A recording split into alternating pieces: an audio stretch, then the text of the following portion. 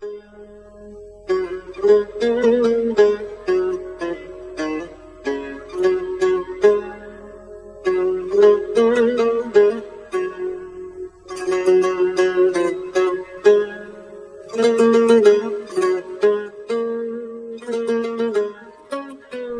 sayyoramizdagi hayot manbaidir. Ushbu fikrni noto'g'ri deb hisoblaydigan kishi topilmasa kerak. Yer yuzasining 2/3 qismini qoplab olgan suv tabiat va inson hayotidagi barcha jarayonlarga ta'sir ko'rsatadi. Hozirgi global iqlim o'zgarayotgan sharoitlarda, ayniqsa O'rta Osiyoning qurg'oqchil yerlarida daryo resurslari kamayib, suv iste'moli ortib bormoqda. Shu bilan birga sug'orish uchun suv miqdori pasaymoqda.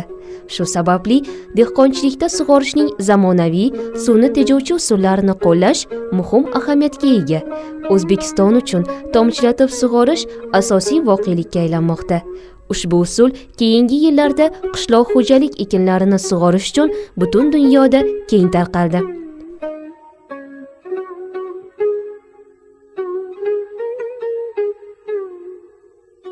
O'zbekistonda tomchilatib sug'orishning tashabbuskori Abdulvohid Boltaboyev bo'ldi. Unga qarashli Jamoliddin Sardor Hamkor fermer xo'jaligidagi yerlar ham tuproq tarkibi ham sifatiga ko'ra Namangan viloyati Uychi tumanidagi eng noqulay hududlardan birida joylashgan. U 2009-yili tomchilatib sug'orish bo'yicha jahon tajribasini o'rganib chiqib, 2 plyonka va quvur tizimini sinab ko'rdi. Taxminan 5 gektar yerni qamrab olgan plyonka tizimidan foydalanish uzoqqa cho'zilmadi. Va kelasi yili 1 gektar yerda quvur tizimi sinab ko'rildi. U 1 gektar yerdan 38 sentner paxta olishga erishdi. Ayni paytda qo'shnilari olgan hosil 20 sentnerdan oshmadi. Quvur tizimi foydaliroq, ishonchliroq va istiqbolliroq ekani ma'lum bo'ldi. Fermer Boltaboyev tomchilatib sug'orishning o'z tizimini ishlab chiqarishga qaror qildi. O'zi mustaqil uskunalarni sotib oldi va tomchilatib sug'orishning quvurli tizimini ishlab chiqarishni yo'lga qo'ydi. Va undan g'o'za, bug'doy, bog'lar va issiqxonalarni sug'orishda samarali foydalanilmoqda. Ko'pchilik ushbu tizimni qimmat va murakkab, loyqa suv uni ishdan chiqaradi deb o'ylaydi. Lekin Boltaboyev bunday emasligini shaxsiy namunasi bilan isbotladi. Suvni tozalash va tayyorlash uchun 3 ta tindirgichdan iborat pog'onali tizim barpo etildi. Birinchi idishda suv organik o'g'itlar bilan boyitiladi. Ikkinchisida tindiriladi. Uchinchi idishdan esa toza suv oziqlantiruvchi sisternaga uzatiladi. O'sha yerda suv mineral o'g'itlar bilan aralashtirilib, filtrlanib, sug'orishning quvurli tizimiga yuboriladi.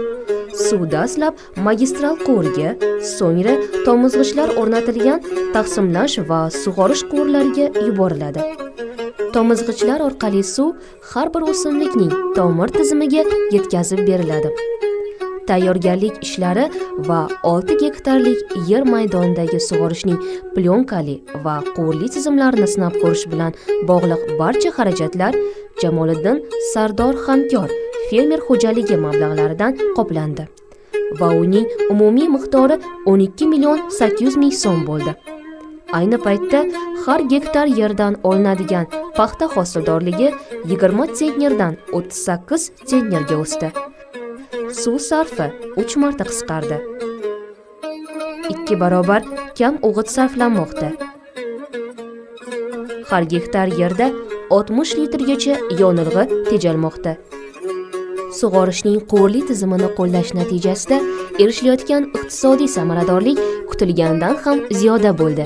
Iqtisodchilarning hisob-kitoblariga ko'ra, ushbu tizimni joriy qilishda yiliga har 10 gektar yerdan g'o'zadan taxminan 120 ming so'mlik suv tejaladi.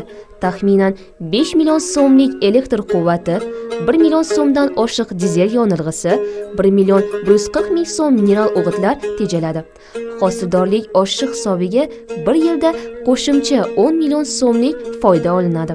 Bundan tashqari, tomchilatib sug'orish tizimidan foydalanilayotgan yer maydonini yer solig'idan ozod qilish bo'yicha 5 yillik imtiyoz 880 ming so'mdan ko'proq foyda beradi.